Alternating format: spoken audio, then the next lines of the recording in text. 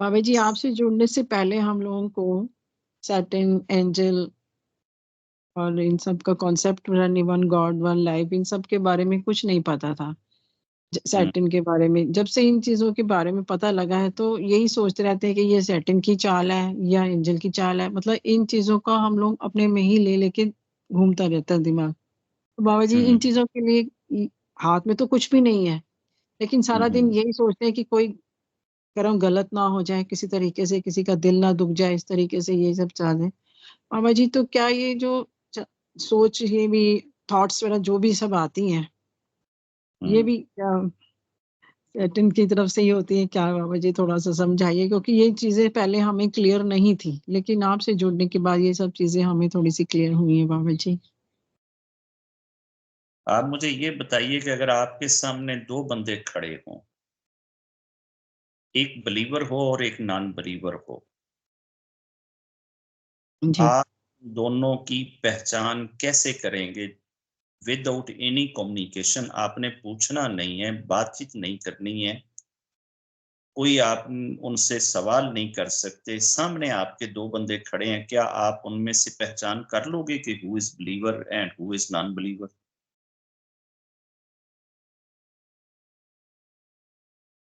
किसी भी बिलीवर को देख के क्या आप जान सकते हैं कि आइदर ही इज बिलीवर और नॉन नॉन बिलीवर? नहीं बाबा जी। है ऐसा? हम्म।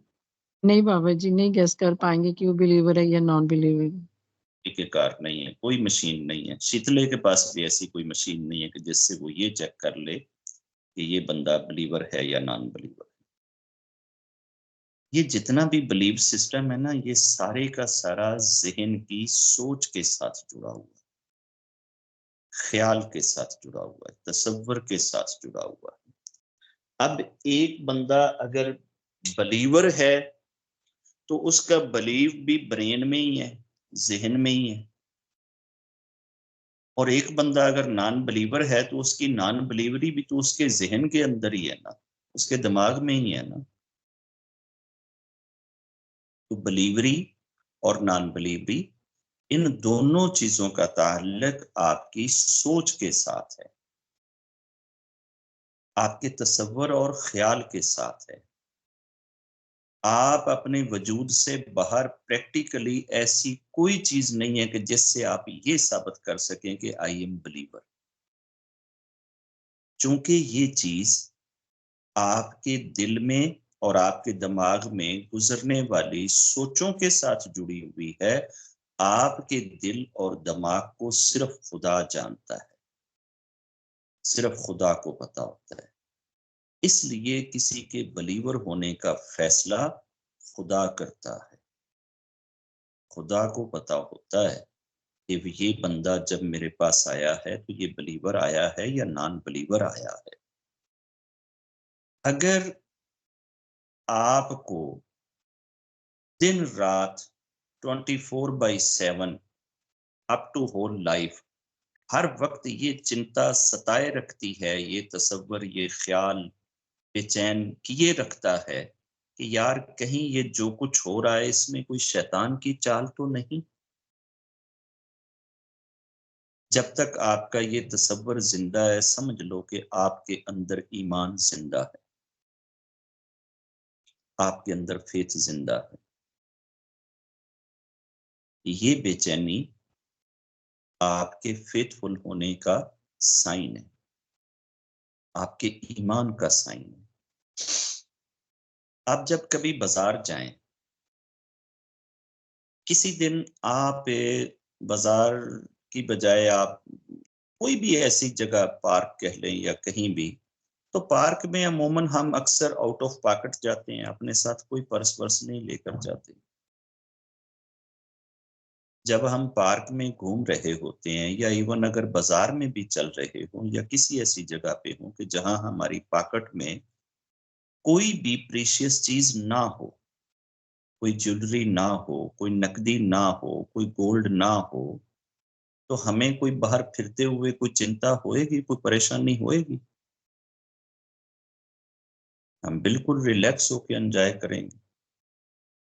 बल्कि लोग तो जब पार्क में जाते हैं, सैर के लिए जाते हैं, तो वो अक्सर अपनी सारी चीजें घर छोड़ के जाते हैं कि ताकि यार टोटली टेंशन फ्री होके हम बिल्कुल रिलैक्स होके पार्क के अंदर सैर एंजॉय कर सकें। और लेट्स से कि अगर आप अपने पर्स में अपने घर की भी सारी ज्वेलरी डाल लें, पड़ोसियों की बेटी की शादी हो, उन्होंने भी ज्वेलरी आपके घर में रखवाई हो अमानत के तौर पे, अब आपने बाहर निकलना है, बाजार जाना है, आपको ये चिंता है कि सुबह इनकी शादी है, तो आपने उस बच्ची की ज्वेलरी भी अपने पास रख ली है कि यार पीछे कहीं कोई नौकर, कोई पड़ोसी, कोई चोर उचक्का कहीं उचक ना ले जाए। अब जब आप अपने घर की सारी प्रीशियस चीजें अपने पर्स में डाल के बाजार आएंगी, तो आपको एक-एक पल, एक-एक लम्हा, एक-एक सेकंड फ़िक्र लगाएगा या नहीं लगाएगा? जब इतना बड़ा पर्स आप उठा के फिरती होएँगी, तो क्या आप सुकून में फिरती होएँगी? जितनी दौलत ज़्यादा आप लेके चलेंगी, उतनी ज़्यादा आपको टेंशन भी होएगी, फ़िक्र भी होएगी कि कहीं मैं ये पर्स भूल ना जाऊँ, कहीं मेरे हाथ से गिर ना जाए, कहीं कोई ऑटो वाला, टू व्हीलर, कोई फ्रॉडिया, कोई चोर उचक्का छीन के ना ले जाए।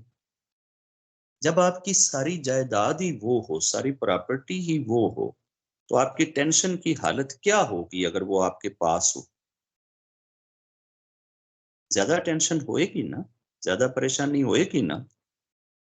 और अगर आपके उसी पर्स के अंदर आपका भी आधार कार्ड, आपके पति का भी, आपके बच्चों का भी, आपके घर की रजिस्ट्री भी, आपका पासपोर्ट भी, आपके डॉक्यूमेंट भी, सारा कुछ ही अगर एक पर्स के अंदर आ जाए, तो अब आप उस पर्स को लेके जब फिरेंगे, तो आप एक-एक लम्हे, एक-एक पल सिर्फ़ उस पर्स के ऊपर अपनी नज़रें गाड़ के बैठे रहेंगे कि यार ये पर्स ना मेरे कहीं आगे-पीछे हो जाए। आप किसी शॉप पे शॉपिंग करने जाओगे ना, तो पहले झोली में अपने पर्स को सँभालो। उसके बाद अगले बंदे से कहोगे कि मुझे वो चीज़ दिखा दो, ये चीज़ दिखा दो। इट मीन कि दुनिया के लिहाज से अगर कीमती तरीन चीजें आपके पास हों तो वो आपकी परेशानी को बढ़ाती हैं। आपको फिक्र लगती है कि मेरी ये चीजें कहीं छिन ना जाएं। तो जब बंदे के पास फेथ जितना ज्यादा प्रीशियस होता जाता है, जितना फेथ पक्का होता चला जाता है, जितनी फेथ की वैल्यू बढ़ती चली जाती है, उतनी ही आपकी फेथ को बचाने की टेंशन, परेशानी बढ़ती चली जाती है। आपको सैटन ज़्यादा सताने लग जाता है। जब आप आउट ऑफ बिलीव होएँगे, आपके हृदय में, आपके माइंड में जब बिलीव नहीं होएगा, तो फिर आप बिल्कुल मस्त होएँगे। आपको कख परवाह नहीं होएगी कि सेटन होती क्या चीज़ है, क्या बला है, किस चीज़ का नाम है, ये काम क्या करता है, कैसे करता है, इसकी चालें कितनी हैं, ये बंदे को काबू कैसे करता है, किन ख़्यालों के ज़रिए आता है, किन कैसे-कैसे तरीकों से, कैसे हथकंडों से ये अपने साथ मिलाता है। ये टेंशन-वेंशन लेने की आपको ज़रूरत क्या है जब आपके पास फ़ेथ ही कोई नहीं। अभी ये जो हमारे 145 करोड़ बहन भाई जो हमारे दाएं-बाएं फिरते हैं ना, जिस दिन इनकी पॉकेट में, इनकी पोटली में फेथ आ गया ना, इन सबको ये टेंशन लग जाएगी कि यार ये कहीं सेटन मुझसे छीन ना ले जाए, कहीं सेटन ले ना जाए, कहीं सेटन मेरे साथ कोई चाल ना चल जाए, कहीं मेरे साथ कोई ऊपर नीचे ना हो जाए। तो जब ये नहीं है, अभी वो आजाद फिरते हैं, रिलैक्स हैं, मजे में। अब तो वो जब उनका दिल करता है उठते हैं और जनाब 5-7 किस्म की सुर्खियाँ पाउडर लगा के आराम से नए कपड़े टाप-टपू के तो वो सत्संग में जाके बैठ जाते हैं, क्योंकि फ़ेथ नाम की चीज़ तो है कौन ही, इसलिए टेंशन कौन। उनके चेहरे भी खिले हुए होते हैं और आँखों पे भी जनाब रौनक होती है, सब कुछ होता है। बड़े मज़े के साथ हो जनाब खर्राटे मारते हुए और चहचहाते हुए वो सत्संग कर रहे होते हैं, कि उनकी पॉकेट में कोई चीज़ नहीं है। वो आउट ऑफ पॉकेट हैं, खाली जेबें हैं। उनकी झोलियां खाली हैं, वो फेथफुल नहीं है, वो बिलीवर नहीं है। ये परेशानियां एक बिलीवर के हिस्से में ही आती हैं। और जिस बंदे को सारी जिंदगी ये परेशानी सताती रहे कि यार कहीं ये चाल शैतान की तो नहीं है, कहीं ये चाल शैतान की तो नहीं है, कहीं ये तरीकेकार शैतान का तो नहीं है। खुदा कहता है कि मुझे लज्ज आती है, मुझे शर्म आती है, मुझे हया आती है कि मरते हुए मैं उससे उसका ईमान कैसे छीनने दूं जिसने सारी जिंदगी इस परेशानी में गुजार दी। वो जब इस वर्तमान से जाता है ना, जब इस दुनिया को छोड़ता है ना, तो सेटन उसका कुछ नहीं बिगाड़ सकता। वो खुदा की इतनी सुरक्षा में होता है, खुदा उसकी इतनी हिफाजत करता है कि यार अब तूने सारी जिंदगी इसकी हिफाजत कर ली थी ना, अब तू आ गया है ना मेरे पास, अब तेरा आखिरी लम्हा है। अब मैं इस मरदूद को, इस तेरे दुश्मन को, इस लाइन को अब मैं तेरे नजदीक में नहीं फटकने दूंगा। अब तुझे मैं अपने दीदार कराऊंगा, अपनी मैं जो है रहमतें तुझे दिखाऊंगा, अपनी शानें दिखाऊंगा। अब तेरे फेथ की हिफाजत मैं करूंगा। फिर खुदा बंदे के फेथ की हिफाजत करता है, फिर सेटन उस बंदे का कुछ नहीं बिगाड़ सकता। तो ये परेशानियां खुदा की रहमत हैं, ये टेंशन खुदा की रहमत है। ये जो हर वक्त की फिक्र है, यही आपकी जेब में, आपकी पॉकेट में, आपके हृदय में, आपके माइंड में, ब्रेन के अंदर फेथ के होने की दलील है कि आपको उसकी फिक्र है। फेथ ना हो तो फिर प्रभा को किस चीज की फिक्र हो? फिर तो कोई फिक्र नहीं, परेशानी को। फिक्र लगना तो इस चीज की अलामत है कि यार इस बंदे को अगर फिक्र है तो इसका मतलब है देखो कोई कीमती चीज है, फिर ही इसको फिक्र है, कोई प्रीशियस चीज इसने बचाई हुई है। रब आपकी इस प्रीशियस से, प्रीशियस चीज की हिफाजत फरमाए। और ये जो इस प्रीशियस चीज की हिफाजत की फिक्र आपके दिल में लगी हुई है, रब इन फिक्रों के बदले में जो तुझे अता करेगा ना, वो तेरी नेकियों से बड़ा होएगा। तू व्रत रख के इतनी बड़ी कीमत नहीं पा सकती, रब के नाम पे दान दे के इतना बड़ा अजर नहीं पा सकती। और बहुत सारी इबादतें हैं, ये इबादतें तुझे इतना सिला नहीं दिलाएंगी।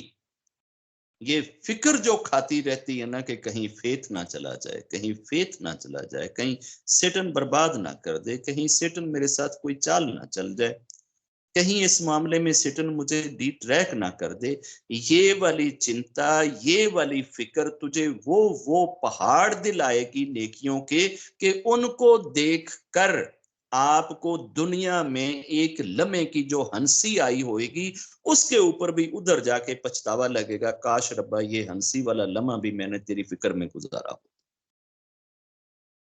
उस वक्त आप रब से ये कह रही हैं, मेरी दुआ है कि रब अगर फिक्रें दे ना तो सिर्फ ईमान को बचाने की फिक्रें दे।